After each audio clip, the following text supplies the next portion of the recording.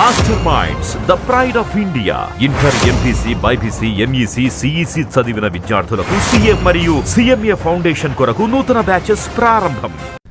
నమస్తే, welcome to gossips garage. జాతీయ స్థాయిలో సంచలనం సృష్టించిన సినిమా కశ్మీర్ ఫైల్స్. ఈ సినిమా స్ఫూర్తిగా ఇప్పుడు విశాఖ ఫైల్స్ తయారవుతోంది. కశ్మీర్ ఫైల్స్ సినీ రంగంలో పెను సంచలనం సృష్టిస్తే విశాఖ ఫైల్స్ విడుదలకు ముందే పొలిటికల్ సర్కిల్స్ ను కుదిపేస్తోంది. రాజకీయ రంగస్థలంపై ఆవిష్కరణకు సిద్ధమవుతున్న విశాఖ ఫైల్స్ సినిమా అనుకుంటే మీరు పొరపడినట్లే. విశాఖ కేంద్రంగా గత 5 ఏళ్లుగా చోటు చేసుకున్న భూదందాలపై టీడీపీ ఎక్కుపెట్టిన అస్త్రమే విశాఖ ఫైల్స్. ఏపీ రాజకీయాల్లో హాట్ టాపిక్ గా మారిన ఈ విశాఖ ఫైల్స్ లో ఏముండనున్నాయి? ఈ పొలిటికల్ పిక్చర్ లో విలన్ ఎవరు?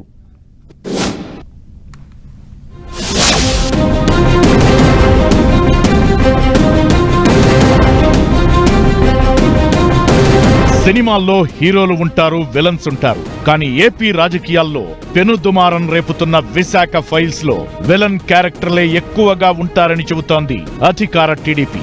గత 5 ఏళ్లలో విశాఖ కేంద్రంగా చోటు చేసుకున్న భూ ఆక్రమణలు, ఇతర దందాలను బయటపెట్టేందుకు విశాఖ ఫైల్స్ తయారు చేస్తున్నట్లు టీడీపీ ప్రకటించడం రాజకీయంగా హాట్ టాపిక్ గా మారింది. ఈ పొలిటికల్ ఫైల్స్ లో ఏముంటుంది, ఎవరిని టార్గెట్ చేస్తుందనేది రాజకీయంగా ఆసక్తి రేపుతోంది.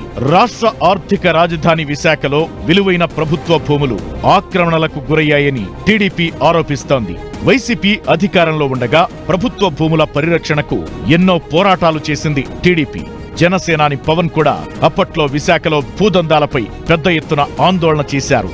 అయితే ప్రతిపక్షంగా టీడీపీ, జనసేన ఎంత గొంతు చించుకున్నా గత ప్రభుత్వం చెలించలేదు. విశాఖ భూదందాల్లో వైసీపీ ముఖ్య నేతలు, మాజీ ప్రజా ప్రతినిధులపై ఆరోపణలు వచ్చినా గత పాలకులు అస్సలు పట్టించుకోలేదని అప్పట్లో ప్రతిపక్షాలు ఆరోపించాయి. అయితే అసెంబ్లీ ఎన్నికల్లో అధికారం చేతులు మారడంతో విశాఖ భూములపై ఫోకస్ చేసింది ప్రభుత్వం. టీడీపీ, జనసేన, బీజేపీ కూటమి ప్రభుత్వం ఏర్పడటం, ఈ 3 పార్టీలు ప్రభుత్వంలో భాగస్వామిగా ఉండటంతో విశాఖ భూముల దందాపై ప్రత్యేకంగా దృష్టి పెట్టింది. అక్రమాలకు పాల్పడిన నేతలపై చర్యలు తీసుకునేలా విశాఖ ఫైల్స్ సిద్ధం చేస్తోంది.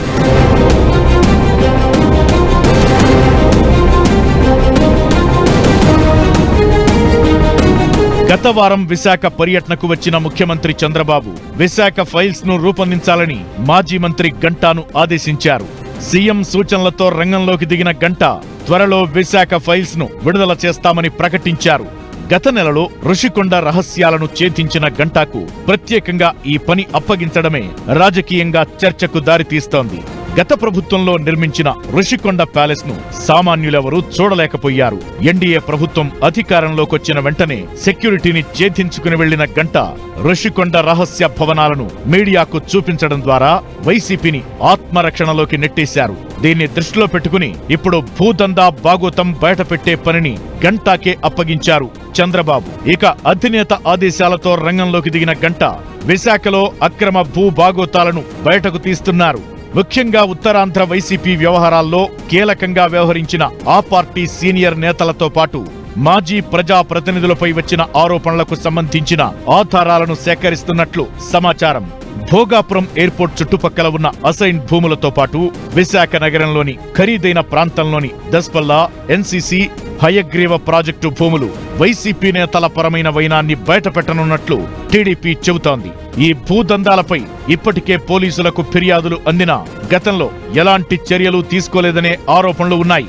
ఇప్పుడు ప్రభుత్వం ఈ వ్యవహారంపై సీరియస్ గా ఉండటంతో ఎలాంటి యాక్షన్ తీసుకుంటుందోనని టెన్షన్ కనిపిస్తోంది. వైసీపీ బడా లీడర్లపైనే ఎక్కువగా ఆరోపణలు ఉండటంతో పార్టీకి మరింత డ్యామేజ్ జరిగే ప్రమాదముందని ఆ పార్టీ క్యాడర్లో ఆందోళన వ్యక్తమవుతోంది. మరోవైపు భూములు, గనుల వ్యవహారాలపై శ్వేతపత్రం విడుదల చేసిన సీఎం చంద్రబాబు విశాఖ భూ అక్రమాలను ప్రత్యేకంగా ప్రస్తావించడం వైసీపీ నేతలను మరింత టెన్షన్ కు గురిచేస్తోంది. మొత్తానికి టీడీపీ ఆధ్వర్యంలో వస్తున్న విశాఖ ఫైల్స్ ఎవరి కొంప ముంచుతుందనేదే పెద్ద ఎత్తున చర్చకు దారితీస్తోంది.